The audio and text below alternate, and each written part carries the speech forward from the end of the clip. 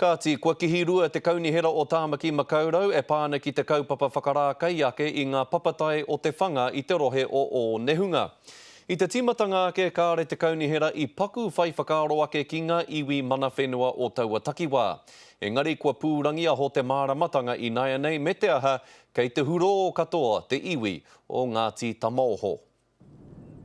Tūranga hākua ana te āhua o whātāpaka marae i te tonga o Tāmaki i Karaka.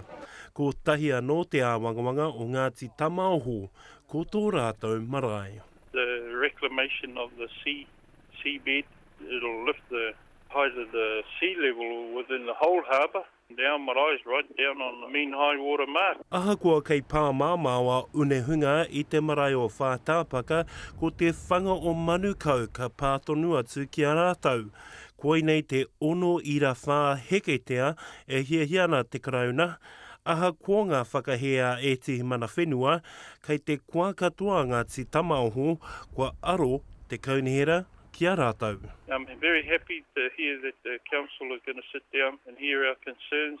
Possibly our concerns may be heard and we get them to do what we think is the right thing to do.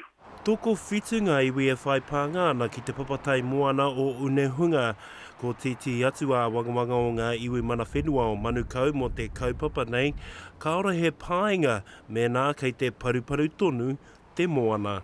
Is around the stormwater, the pollution. I think the issue is around that they've been our fishing grounds for quite some time.